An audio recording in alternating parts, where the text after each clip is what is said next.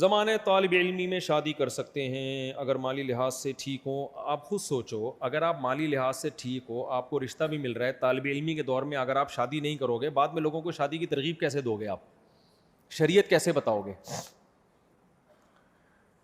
جب آپ شریعت بتاؤ گے کہ نبی نے فرمایا یا معشر الشباب من استطاع منکم الباءۃ, حدیث میں آتا ہے کہ جو نکاح کی طاقت رکھتا ہے وہ نکاح کر لے.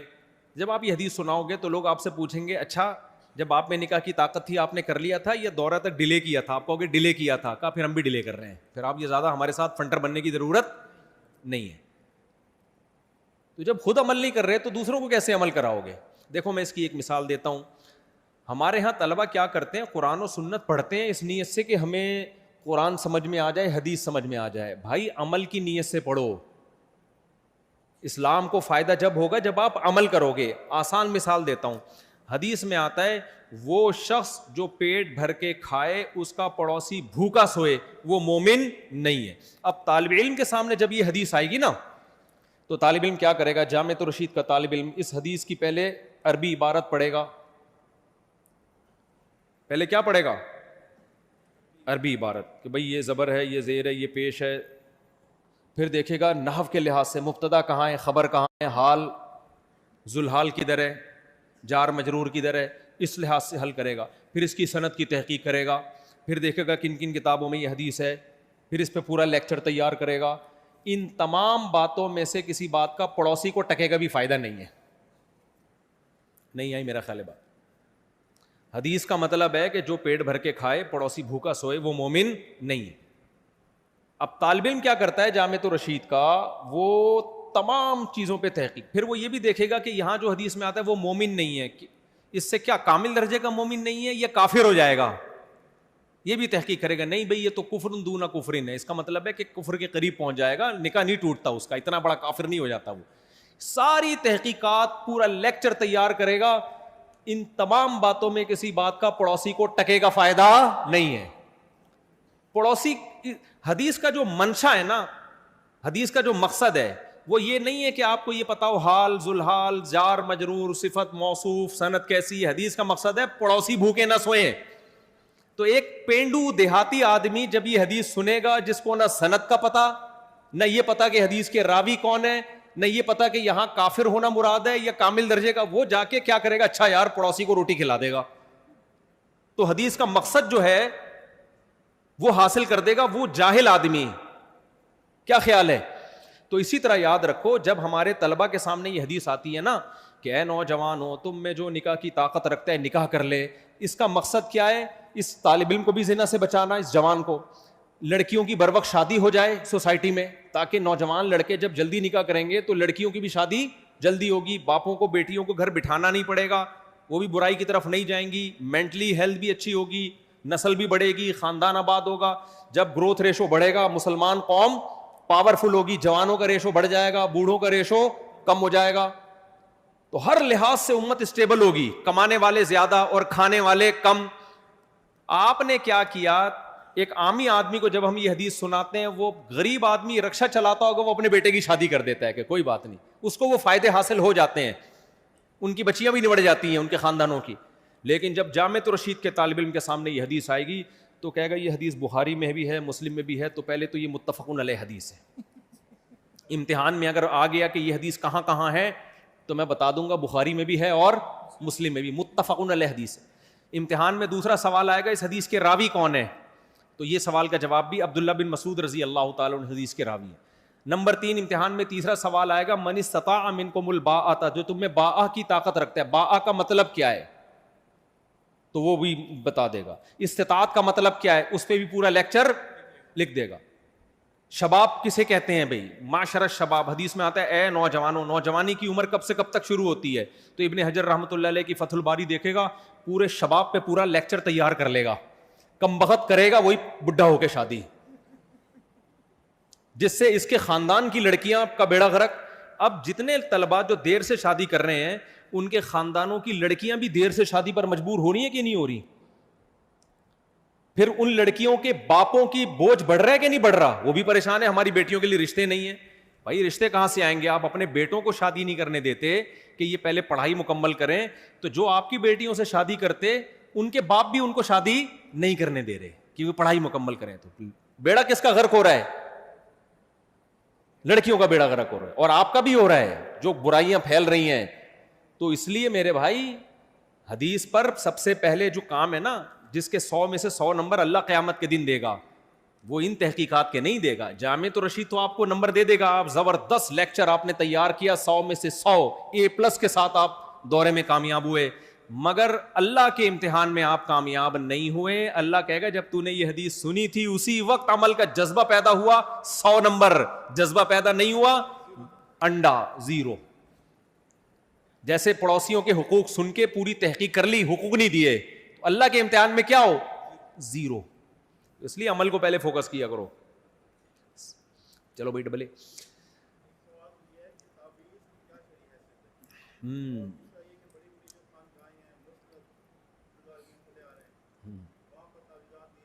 جی جی جی جی جی آمین, اللہ مغفرت فرمائے. جی جی ہاں, یہ بہترین بات کی, یہ عاملوں کے بارے میں بات کی ہے کہ بہت ساری خانقاہوں میں تعویذ دیے جاتے ہیں. دیکھو تعویذ کا مضمون اگر ٹھیک ہے تو تعویذ ناجائز نہیں ہے. بعض لوگ اس میں غلو کرتے ہیں کہ تعویذ پہننا شرک ہے. بھائی شرک کہاں سے ہو گیا؟ اگر اس میں یا اللہ مدد لکھا ہوا ہے تو اللہ سے مدد مانگ رہا ہے. ہم تعویذ کے خلاف نہیں ہیں, ہاں اس لحاظ سے میں اس کے خلاف ہوں کہ جو ان چیزوں میں پڑتا ہے وہ پھر کوئی انتہا نہیں ہے اس کی. اس لیے میں اپنے گلے میں کبھی تعویذ نہیں ڈالتا. اب تک کی رپورٹ کے مطابق اللہ کا فضل ہے, اللہ نظر بد سے بچائے, میرے 18 بچے ہیں, 18.25 آپ کہہ سکتے ہیں, تو ایک بچے کے گلے میں بھی تعویذ ہم نے کبھی بھی زندگی میں نہیں ڈالا. بہت بیماریاں بھی آئیں, یہ کر دو, ہم نے کہا نہ, جائز ہونے کے باوجود نہیں ڈالوں گا میں, کیونکہ میں نے دیکھا ہے جو تعویذ گنڈوں میں پڑے ہیں نا پھر زندگی بھر ان پرچیوں سے دھاگوں سے نکلتے نہیں ہیں. وہ پھر ایک یہاں بھی آئے گا, ایک ادھر پلیتا, ایک ادھر پلیتا, ایک ادھر کان میں, ایک ادھر سے نکلا ہے, جیب سے الگ تعویذ فلاں نے دے دیا. یار حدیث میں اس کی حوصلہ شکنی کی گئی ہے. تو جو ہمارے اکابر بعض دفعہ تعویذ دیتے ہیں وہ اس لیے دے دیتے ہیں کہ فی نفسی ہی جائز ہے, ہم نہیں دیں گے تو کہاں سے جا کے لے گا یہ. پھر یہ جائیں گے یہ لوگ مزاروں پہ اور شرکیہ, تو بھائی تیرا ایمان کا وہ لیول نہیں ہے تو چل یہ جو ہے نا یا اللہ مدد لکھ دی یا کوئی اس میں قرآن کی آیت لکھ دی. تو یہ ایسے لوگوں کو تو اس کو موٹیویٹ نہیں کرنا چاہیے, تو جائز ہے. باقی ہمارے بعض اکابر ایسے تھے جو عملیات کرتے تھے, اس کا فائدہ بھی ہوتا تھا, لیکن وہ عامل نہیں تھے, وہ بطور کرامت کے, جیسے مفتی موسیٰ روحانی بازی رحمۃ اللہ علیہ عامل نہیں تھے, خوب سمجھ لو. لیکن اللہ کے بعض نیک بندے ایسے ہوتے ہیں کہ نبی صلی اللہ علیہ وسلم نے فرمایا لو ابرہ اللہ لو اقسم علی اللہ لابرہ, کہ وہ اللہ پہ کوئی قسم بھی اٹھا لیں اللہ اس قسم کو پورا کر دیتا ہے. تو کرامت کا باب بالکل ایک ڈفرینٹ باب ہے. تھے نا ادھر لاہور میں حضرت مفتی موسیٰ روحانی بازی رحمۃ اللہ علیہ, وہ کچھ بھی کسی کو کوئی عمل بتاتے تھے وہ فائدہ ہی فائدہ ہوتا تھا. تو یہ ان کے بیٹے نے بھی ہمیں بتایا کہ عامل نہیں تھے, میں نے تو دعویٰ کیا تھا, ان کے بیٹے نے بھی بتایا کہ واقعی وہ عامل نہیں تھے. تو وہ کرامت تو ایک, اور کرامت بزرگوں کی ہوتی ہے, ان 2 ٹکے کے عاملوں کی نہیں ہوتی. یہ تو آپ کبھی 2 ٹکے کے کہاں سے ہو گئے, ان کے پاس تو اتنے بڑے بڑے علماء بیٹھے ہیں بھائی, انہوں نے بیوقوف بناتے ہیں یہ علماء کو. آپ ان کا عمل دیکھو, ان کی باتیں دیکھو, تو آپ کو پتہ چل جائے گا. یہ تو خود ہی وہی ان کی مثال پتہ ہے کیا ہوتی ہے. ایک آدمی کی آنکھوں میں اعورار تھا, اعورار سمجھتے ہو, بہنگا پن تھا. تو کسی لڑکی نے مذاق میں اس کی تعریف کر دی کہ تمہاری آنکھیں فلاں ہیرو سے ملتی ہیں, فلاں فلم کے ہیرو سے. وہ بڑا متاثر ہو گیا, وہ لڑکی ایسے ہی اس نے اس کو بیوقوف بنانے کے لیے بول دیا. تو یہ اپنے دوست کے پاس آیا کہ مجھے فلاں لڑکی نے بولا ہے کہ تمہاری آنکھیں فلاں ہیرو سے ملتی ہیں, ذرا میری آنکھوں میں آنکھیں ڈال کے دیکھ ملتی ہیں کہ نہیں ملتی فلاں ہیرو سے. تو اس نے اس کی آنکھوں میں آنکھیں ڈال کے غور سے دیکھا, بولا یہ تو آپس میں نہیں ملتی, یہ کسی اور سے کہاں سے ملیں گی. تو خدا کی قسم جب آپ ان عاملوں کے پاس بیٹھو جن کو آپ بہت بڑا سمجھ رہے ہو, اگر آپ نیوٹرل ہو کے ان کی عقیدت سے متاثر نہ ہو, تھوڑی دیر بیٹھو گے نا آپ کو لگے گا یہ کھسکا ہوا ہے, یہ فل کھسکا ہوا آدمی ہے, کوئی باتوں میں ربط نہیں ہے ان کے, نہ سر کا پتہ نہ پاؤں کا پتہ. تو یہ خود کھسکے ہوئے ہوتے ہیں میرے بھائی, یہ تمہارا علاج کہاں سے کریں گے. رہا یہ مسئلہ قرآن میں شفا ہے, بھائی قرآن میں شفا ہے, لیکن یہ وہی مبہم نعرہ ہے, یہ وہی مبہم نعرہ ہے کہ جو میں نے بتایا نا امکان کی دنیا بہت وسیع ہوتی ہے. اب یہ عامل لوگ کیا کرتے ہیں, یہ والی آیت بتا دی اس سے یہ ہوگا, آپ کو بھائی اس سے کیوں یہ ہوگا, کیا قرآن میں شفا نہیں ہے؟ ابے تو شفا ہے تو تیرے پاس آنے کی ہمیں کیا ضرورت ہے, ہم گھر بیٹھے پڑھ لیں. یہ کہتے ہیں نہیں یہ والی سورت اتنی دفعہ پڑھو, کیا دلیل ہے بھائی اتنی دفعہ پڑھو یہ والی سورت؟ تو امکان کی دنیا تو بہت وسیع ہے. قرآن میں شفا کا مطلب یہ کہ آپ ایک دھندا کرنا شروع کر دیں قرآن کے نام پہ. گردے کی پتھری کے لیے یہ والی آیت پڑھو, پتے کی پتھری کے لیے یہ والی آیت پڑھو. قرآن میں شفا تو ہے, پتے کی پتھری کے لیے یہ والی آیت ہے, اس میں تو نہ پتے کا ذکر ہے نہ پتھری کا ذکر ہے. یہ کہاں سے نکالا آپ نے؟ اس لیے میں بار بار کہتا ہوں کہ سب سے آسان دولت کمانے کا طریقہ یہ ہے کہ آپ ایک خانقاہ کھولو اور آپ لکھ دو قرآن میں شفا ہے, یہ والی آیت لکھ دو. پھر کوئی آ رہا ہے میرے گردے میں درد ہے, تو آپ اس کو آیت لکھ کے دو کہ 336 دفعہ, جتنا عجیب و غریب سا عدد بتاؤ گے نا وہ اتنا خوش ہوگا کہ یار کچھ حضرت نے لگتا ہے کچھ مراقبے کیے ہیں قبر میں تب جی عمل نکالا ہے حضرت. بولو 336, نہ 35 نہ 37, اور وہ پھینک دیا آپ نے لمبا ایسے ہی. 336 دفعہ خالی پیٹ ہی عمل کرنا ہے. ابے کیا پراٹھا کھانے کے بعد دعا قبول نہیں ہوتی کیا؟ اس میں وہ ڈالیں گے, وہ کیا کہتے ہیں اس کو یار, وہ ایک لفظ انگلش میں بڑا اچھا استعمال ہوتا ہے, ہاں سسپینس. اس میں سسپینس ڈالے گا نا, جتنا سسپینس کہ یار ایسا کچھ کرو کہ لگے کچھ ہو رہا ہے. تو 336 دفعہ خالی پیٹ, کھایا ہوا کچھ نہ. اچھا بولتے بغیرت اتنے کانفیڈنس کے ساتھ ہے نا, یہ تو میں تو چیخ رہا ہوں نا, یہ چیختے نہیں. پتہ ہے کیسے ان کا اسٹائل ہوتا ہے؟ دیکھو یہ اسٹائل, یہ آپ کو پیسہ کمانے کا طریقہ بتا رہا ہوں. کروڑ پتی نہ بن جاؤ, میرا نام بدل دینا. خانقاہ کھولی آپ نے, اب آپ بیٹھے وہاں پہ نا بہت آرام سے. ایک بندہ آیا کہ میری بھاگ گئی ہے, کیسے واپس لانا ہے اس کو. بہت سے لوگوں کے بیچاروں کو یہ بھی مسائل ہوتے ہیں. دیکھیں 336 دفعہ سورہ مزمل کی آیت نمبر 10 آپ نے نہار منہ, اس کے بعد تک 2 گھنٹے کھانا بھی نہیں کھانا. آپ نے بہت آرام سے بات کرتے ہیں, پھر داڑھی کو یوں کریں گے نا جیسے ہو رہا ہے اللہ تعالیٰ سے ان کا کچھ آدھا مضمون آیا آدھا ابھی رہ گیا. ان کو خود خدا کی قسم اپنے اوپر بہت ہنسی آ رہی ہوتی ہے, اور میں اللہ کی قسم اٹھا کے بولتا ہوں آپ کو, مسجد کے ممبر میں بیٹھا ہوں, آپ لوگ کہتے ہو کہ یار مفتی صاحب اتنے کانفیڈنس سے کیسے ان کی مخالفت کرتے ہیں. خدا کی قسم یہ دل میں سوچتے ہیں کہ یار یہ بندے کو کیسے پتا کہ ہم اتنے فراڈی ہیں, یہ ہم سے متاثر ہی نہیں ہو رہا. اندر اندر یہ میرے کانفیڈنس کو داد دے رہے ہوتے ہیں کہ یار ایک آدمی ماشاءاللہ ایسا ہے جو ہمیں بالکل بھی نہیں مانتا. ہمیں تو پتا ہے کہ ہم فراڈی ہیں, اس کو کیسے پتا چل گیا کہ ہم فراڈی ہیں؟ نہیں آئی میرے خیال ہے بات سمجھنے. یہ بڑے ہو رہے ہوتے ہیں کہ یار ہمیں تو پتا ہے کہ ہم 2 نمبر ہیں, ہمیں کچھ بھی نہیں آتا, اس کو کیسے پتا چل گیا؟ کیونکہ ہم نے جس طرح سے لوگوں کو بیوقوف بنائے تو بڑے بڑے شیخ الحدیث بیوقوف بن گئے ہیں. تو یہ اندر اندر سے میرے بارے میں سوچ رہے ہوتے ہیں یار یہ بندے میں اتنا کانفیڈنس کہاں سے آ گیا, یعنی اس کو ہمارے بارے میں کیا فرشتے نے بتایا آ کے؟ سمجھ رہے ہو کہ نہیں سمجھ رہے کہ یہ ان کو پتا ہے کہ یہ بندہ صحیح کہہ رہا ہے.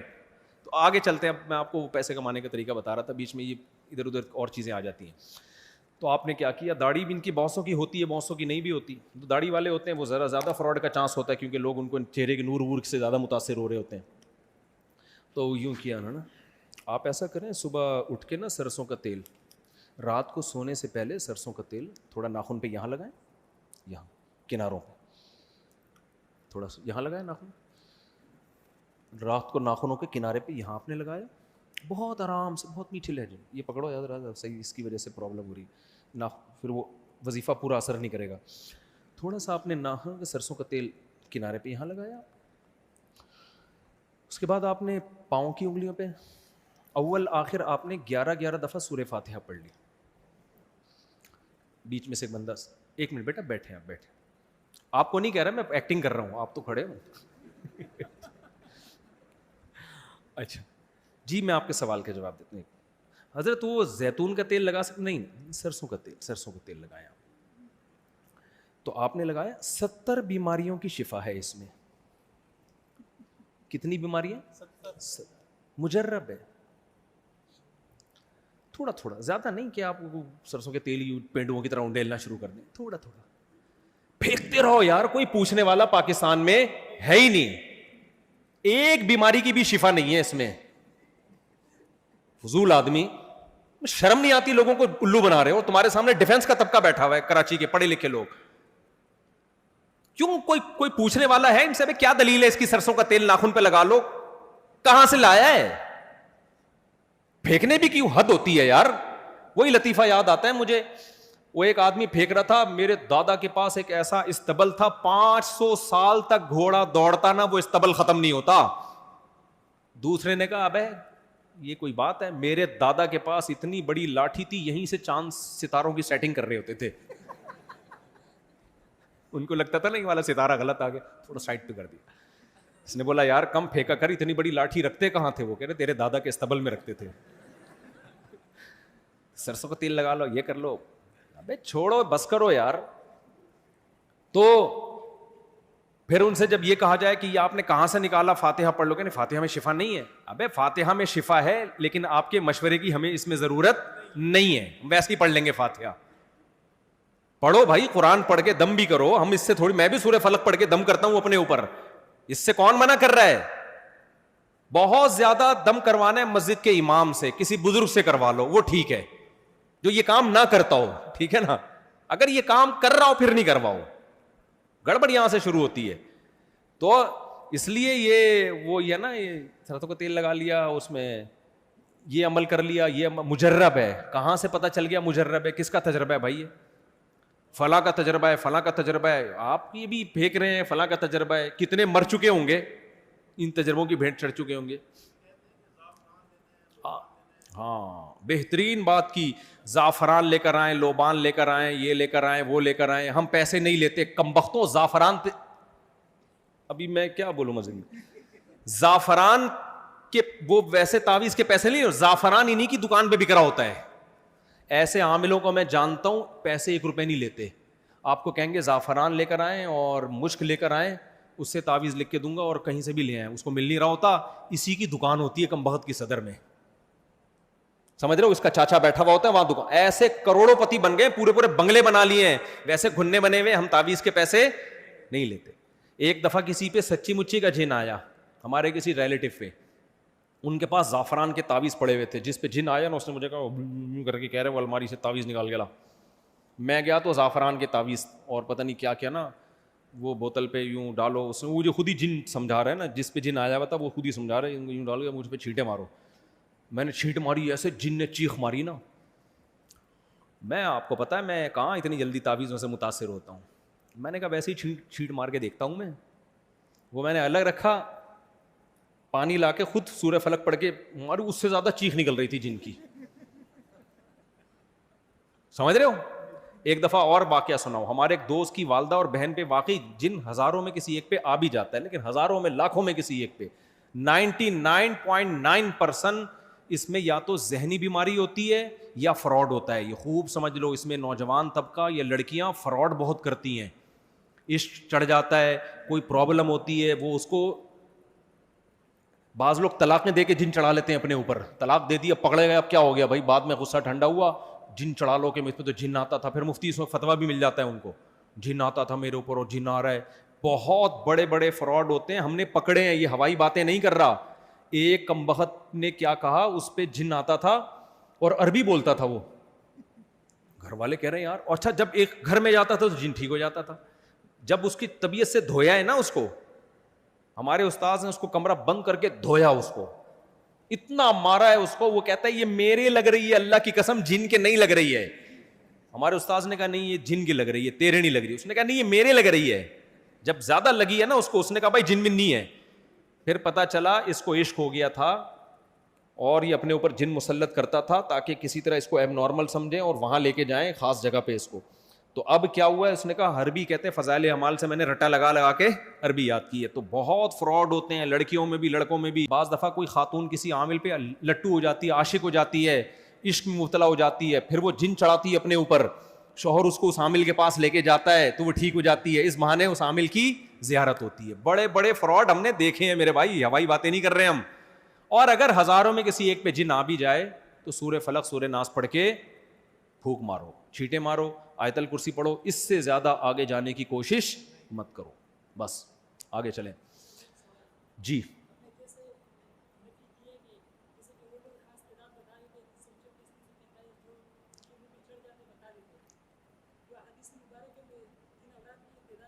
ہاں جی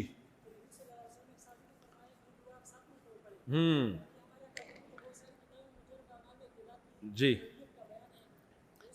بھائی نے دو سوال کیے ہیں، جزاک اللہ. ایک سوال تو یہ کہ حدیثوں میں بھی تو وظائف کا عدد آیا ہے، آپ نے کہا 336 اپنی طرف سے پھینک دی انہوں نے، حدیثوں میں بھی تو آتا ہے یہ دعا 7 دفعہ پڑھیں، یہ دعا 33 دفعہ پڑھیں. بھائی حدیث تو دلیل ہے نا، حدیث میں نبی اپنی طرف سے تھوڑی بتا رہے ہیں، وحی کے ذریعے بتا رہے ہیں. تو ان کو کیا وحی کے ذریعے پتہ چل رہا ہے ان لوگوں کو؟ باقی بعض کتابوں میں لکھا ہوا ہے کہ یہ عمل اتنی دفعہ کرنے کا تجربہ ہے، تو ہو سکتا ہے بعض اکابر کا تجربہ ہوا ہو تو انہوں نے اپنے تجربے کی بیس پہ لکھ دیا، ہو سکتا ہے ہوا ہو، تو ہم اس کا انکار نہیں کر رہے. ان کے کیا تجربے ہیں، کیا دلیل ہے بھائی؟ تو 336 کہاں تجربہ ہوا؟ کون سی لیب ہے جس میں تجربہ ہوا تھا؟ ابھی تو نیا نیا تو عامل بنا ہے، تجربے کہاں سے کر لیے تو نے اتنے؟ اور پھر اس تجربے کو ناپنے کا کرائٹیریا کیا ہے، معیار کیا ہے؟ تو اس لیے بہتر یہی ہے نا، جو قرآن و حدیث میں جو مسنون دعائیں جن کی تعداد ہے وہ پڑھا کریں، اس کا کوئی منکر نہیں ہے. بلکہ ہم تو کہہ رہے ہیں ان عاملوں سے جان چھوٹے گی تو مسنون اعمال پہ آؤ گے. جو مسنون دعائیں ہیں وہ تو پڑھو، 7 دفعہ ہے تو 7 دفعہ پڑھو، 10 دفعہ ہے تو 10 دفعہ پڑھو، لیکن ان عاملوں سے جان چھوٹے گی تو حدیث میں جو اعمال آئے ہیں وہ کرو گے. ورنہ جن کمبختوں نے عاملوں کے پاس گئے ہیں وہ دعاؤں سے بھی گئے اور مسنون اعمال سے بھی گئے. تو مسنون تو کرنا ہے. میں خود دعائیں پڑھتا ہوں صبح شام کی حفاظت کی دعائیں انس بھی پڑھنی چاہیے. بسم اللہ الذی لا یضر مع اسمہ شیء فی الارض ولا فی السماء وہو السمیع العلیم. یہ صبح شام 7 دفعہ پڑھنی چاہیے یہ دعا. سفر کی دعا ہے، اللہم انا نعوذ بک من وعثاء السفر وکآبۃ المنظر وسوء المنقلب فی المال والاہل. سفر میں ہر طرح کی مصیبت سے بچنے کی دعا. لیکن جو کمبخت عاملوں کے پاس جائے گا ان دعاؤں سے محروم. ان کے بعد آپ سے بس سیکنڈ لاسٹ سوال. آپ دلہن پہ جو قرآن رکھا جاتا ہے وہ رسم کی نیت یہ ہوتی ہے کہ قرآن کے سائے میں رخصت کر رہے ہیں، بس ایک تبرک کے لیے ہوتا ہے. لیکن اس رسم کو چھوڑ دینا چاہیے کہ ناجائز ہونے کی کوئی دلیل نہیں ہے، بس مقصد ہے کہ برکت حاصل ہو جائے. تو برکت کے لیے کوئی قرآن و سنت سے دلیل کی ضرورت نہیں ہے، تبرکاً کوئی بھی کام کیا جا سکتا ہے، لیکن چھوڑ دینا چاہیے کیونکہ یہ رسومات آگے چل کے بہت لوگ اس کو فرض سمجھنا شروع کر دیتے ہیں. پھر جس دلہن کے سر پہ قرآن نہیں ہوگا وہ سمجھیں گے نحوست ہے. تو جو سنت طریقہ ہے اسی پر اکتفا کرنا چاہیے. سیدہ فاطمہ رضی اللہ عنہا کی رخصتی ہوئی ہے تو ہمارے نبی تو ان کے سر پہ قرآن نہیں رکھا ان کے. تو جو سادہ ہے نا جس کو اسی طرح سے رہنے دینا چاہیے. بھائی کیا پوچھ رہے ہیں میرے بھائی؟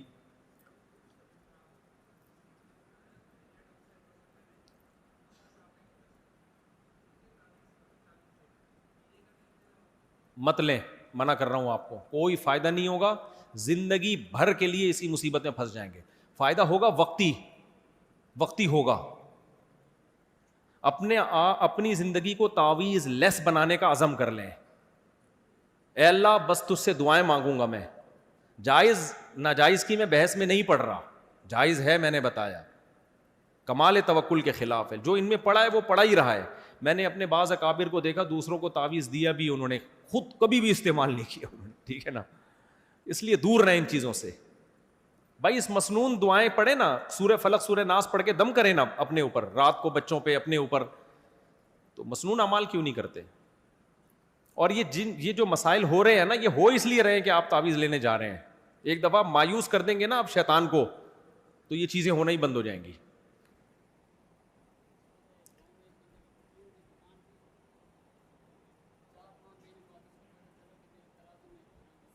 ترازو میں مسئلہ ہے.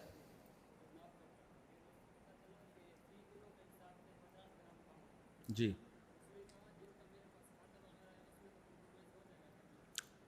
ماشاء اللہ.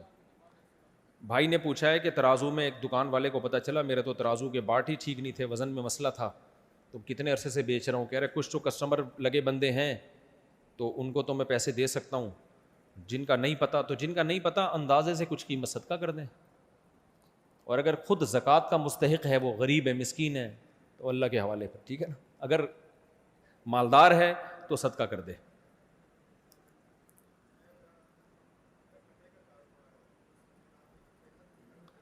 کاروبار میں مارجن آف پروفٹ کی کوئی حد نہیں ہے شریعت میں، لیکن دھوکہ نہ ہو سامنے والے کو. پاکستانی کپڑا ہے جاپانی کہہ کے بیچ رہے ہیں آپ، دھوکہ نہ ہو. اس طرح ملکی قانون کی خلاف ورزی بھی نہ ہو.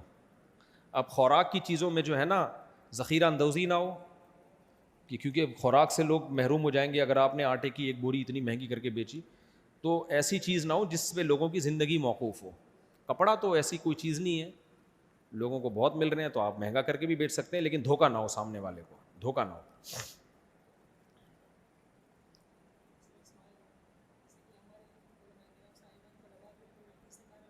جی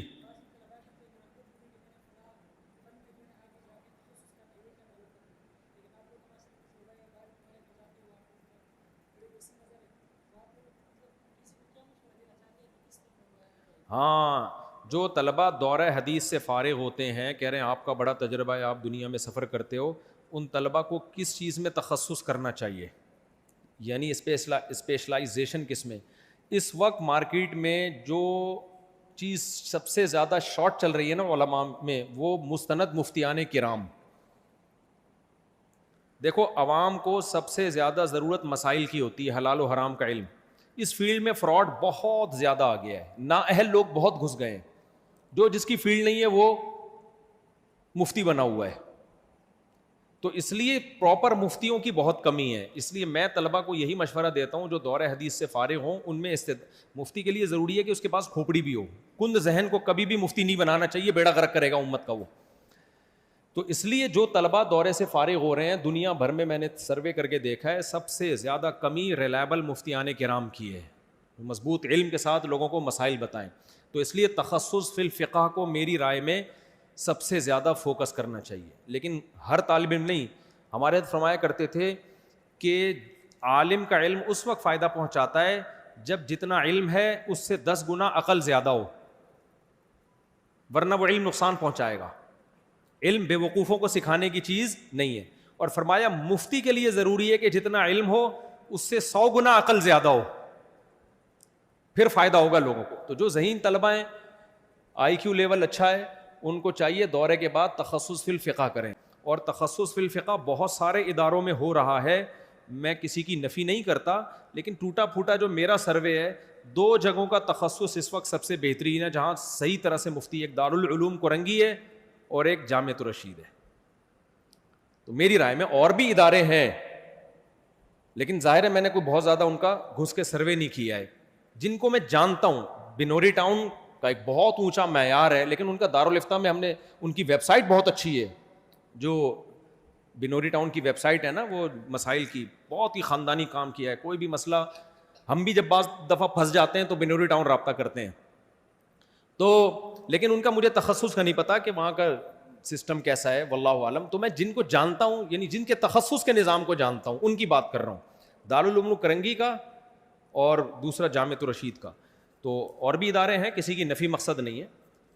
اگر آپ کے علم میں کوئی, جیسے کسی نے بنوری ٹاؤن کا سسٹم دیکھا ہو جا کے کہ وہاں کا تخصص بھی بہت اچھا, تو ٹھیک ہے, پھر وہاں چلا جائے. وہ جامعہ فاروقیہ ہے اور بہت سارے ادارے ہیں, لیکن ان 2 کا تو ہم نے, جامعہ تو ہمارا اپنا ہی ادارہ ہے, دارالعلوم کا بھی ہم نے دیکھا ہے, تو وہ بہت بہت ہی خاندانی نظام ہے ان لوگوں کا, تخصص فی الافتاء کا.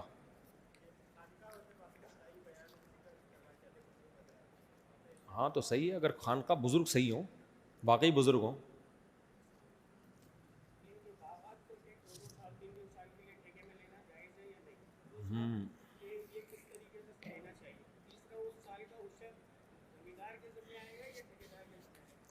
دیکھیں یہ 3 سوال ہیں, ان کا جواب میں ٹائم بہت لگے گا, تو یہ اسکپ کر دیں. تو اس کو ہم یا تو اگلی نشست میں سب سے پہلا سوال ہی یہ پوچھیں آپ, ٹھیک ہے نا. تو کیونکہ اس میں بہت ٹائم لگے گا جواب دینے میں, وقت بہت زیادہ ہو گیا. ادھورا جواب دوں گا تو میرے شارٹ کلپ پھر ادھورے چل جاتے ہیں, وہ نقصان دیتے ہیں. اور بھائی آخری سوال لے لیتے ہیں کسی سے, فون ٹریڈنگ کی کمائی جائز ہے یا نہیں؟ فورسٹ ٹریڈنگ کا بھی, یہ جو سونے کے بدلے میں آن لائن ٹریڈنگ ہو رہی ہے, ڈالر کی ہو رہی ہے, یہ جائز نہیں ہے. کیونکہ کرنسی میں دونوں طرف قبضہ ضروری ہے, سونے میں بھی, سونے پہ قبضہ ضروری ہے, قبضہ کچھ بھی نہیں ہوتا اس میں, بس وہ قیمت گر گئی تو آپ کا نقصان ہو گیا, قیمت اوپر چلی گئی تو آپ کا فائدہ ہو گیا. پریکٹیکلی کچھ بھی نہیں ہو رہا ہوتا. اور میرے بھائی پوچھنے دو یار بیچارے کا.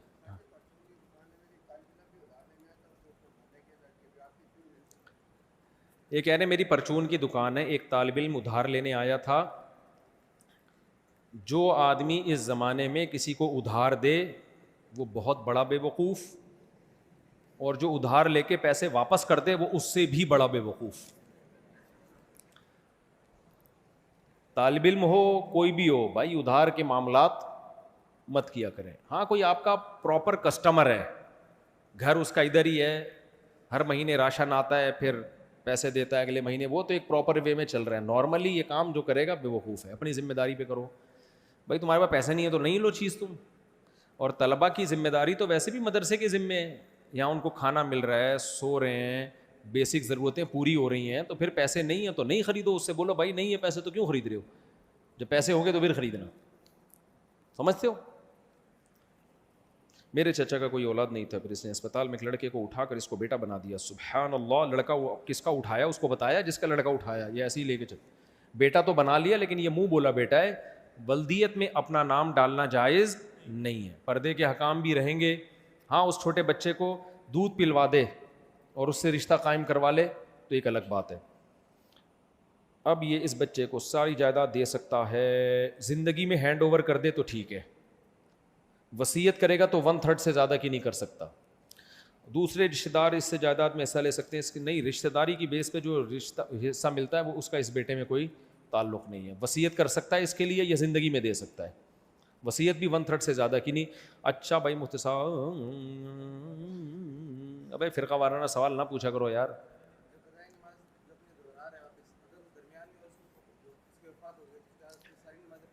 بھائی جس نے قضائے عمری شروع کر دی روزانہ کم از کم 1 دن کی نماز پڑھے, پھر بھی اگر مر گیا تو اللہ سے امید ہے اللہ معاف کر دے گا. بیچارے کے بس میں جو تھا وہ کر لیا نا. اب یہ تو نہیں کہ 10 سال کی نمازیں 4 دن میں تو نہیں پڑھ سکتا نا, کیا خیال ہے؟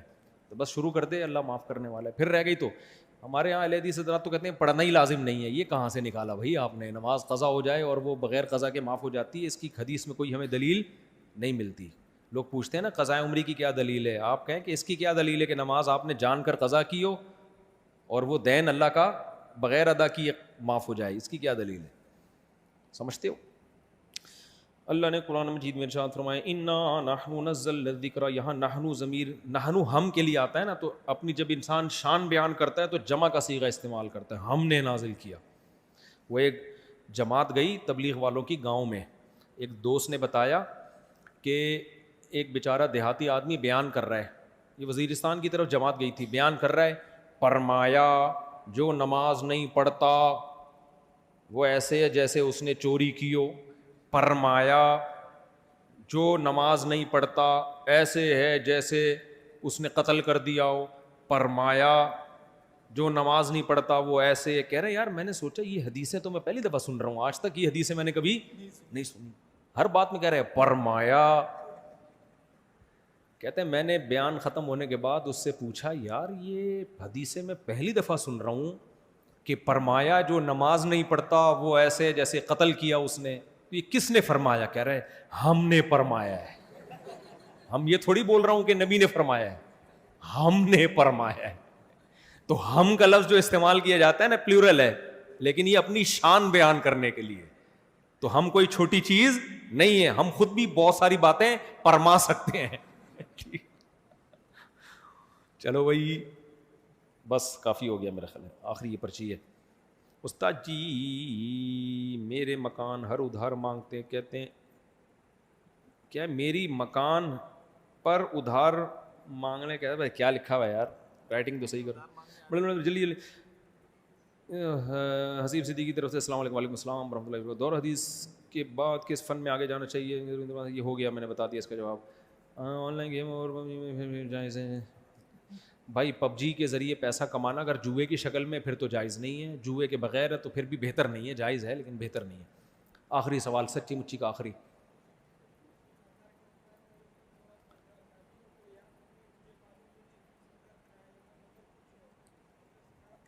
آپ نے کسی سے ادھار لیا اور وہ بندہ مارکیٹ سے شارٹ ہو گیا, 2 رکعت شکرانے کے پڑھو. دیکھو کسی سے ادھار لے کے بھول جاؤ نا, یہ اللہ کی بہت بڑی نعمت ہے. اس پہ کلپ بنا دیں گے لوگ, دیکھو یہ لوگوں کو کیا ترغیب دے رہا ہے. تو تھوڑا مینٹل لیول اپنا اونچا کرو, ٹھیک ہے نا. ہر چیز پہ کلپ نہیں بنتا اور طنز نہیں ہوتا ہر چیز پہ. ہمارے حضرت یہ فرماتے تھے جو اس زمانے میں ادھار دے وہ بڑا بے وقوف, جو ادھار لے کے واپس کرے وہ اس سے بڑا بے وقوف. تو کچھ بہت بڑے بے وقوف ہوتے تھے, وہ کہتے تھے یہ کیا سکھا رہے ہیں لوگوں کو. تو میں کہہ رہا تھا تم اس سے بھی بڑے بے وقوف ہو جو ادھار لے کے واپس کر دے. تمہیں حضرت کی بات کا مطلب سمجھ میں نہیں آیا. عاقل کے کلام کو, عقل مند کے کلام کو صحیح مطلب لیا جاتا ہے اس کا. حضرت اس کے قائل نہیں تھے کہ ادھار لیا تو واپس نہ کریں. وہ بے وقوف اس سینس میں کہا کہ اللہ کے خوف سے تو کوئی واپس کرتا نہیں ہے, تم ڈر کے واپس کر رہے ہو تو تم بے وقوف ہو. تمہیں یہ نہیں پتا کہ واپس نہیں کرو گے تو کچھ نہیں بگاڑ سکتے. بھائی آپ کسی سے پیسے واپس نہ کریں, کوئی کیس نہیں بنتا, کیس میں عدالت میں جاؤ گے, دھکے کھاؤ گے, کچھ بھی نہیں ہو سکتا. تو اس لحاظ سے بے وقوف کہا جا رہا ہے کہ تو ڈر گیا, تو سمجھ رہا ہے کہ میں واپس نہیں کروں گا تو پتہ نہیں کیا ہو جائے گا. ہاں جو اللہ کے خوف سے واپس کر رہا ہے وہ تو عقل مند ہے. تو کسی کے بھی کلام کو صحیح رخ پہ. ایک بزرگ بیٹھے ہوئے تھے, وہ کہتے تھے کہ مجھے ہر چیز میں اللہ کا جلوہ نظر آتا ہے, ہر چیز میں اللہ کا جلوہ. جیسے گلستان میں جا کے ہر ایک گل کو دیکھا, تیری ہی سی رنگت, تیری ہی سی بو ہے. مخلوق میں ہر چیز میں اللہ کا جلال ہے نا, جس سے ہم اللہ تک پہنچتے ہیں. تو ایک بے وقوف بیٹھا ہوا تھا, اس نے کہا گدھے میں بھی؟ اس نے کہا نہیں, گدھے میں مجھے تو نظر آتا ہے. گدھے میں کون نظر آتا ہے؟ جب بھی گدھے کو دیکھتا ہوں تو یاد آ جاتا ہے. بعض لوگ بڑے تیز ہوتے ہیں نا. ایک آدمی نے کسی کو گالی دی اور گدھا بولا, تو بعض لوگ کا آئی کیو لیول بہت تیز ہوتا ہے, فوراً جواب دیتے ہیں. جیسے ایک شخص نے کسی پہ طنز کیا, بولا تو گدھا ہے, تو یہ کہتا ہے یار گدھے سے مجھے یاد آیا آپ کے والد صاحب کی کیسی طبیعت ہے آج. آپ لوگ کی سمجھ میں نہیں آئے میرا خیال ہے. ایک آدمی نے دوسرے کو کہا وہ گدھے, یہ غصہ نہیں ہوا, کہتا ہے یار وہ ہو گدھے سے مجھے یاد آیا آپ کے والد صاحب کی طبیعت کیسی ہے. یعنی گدھے سے فوراً مجھے کون یاد آیا.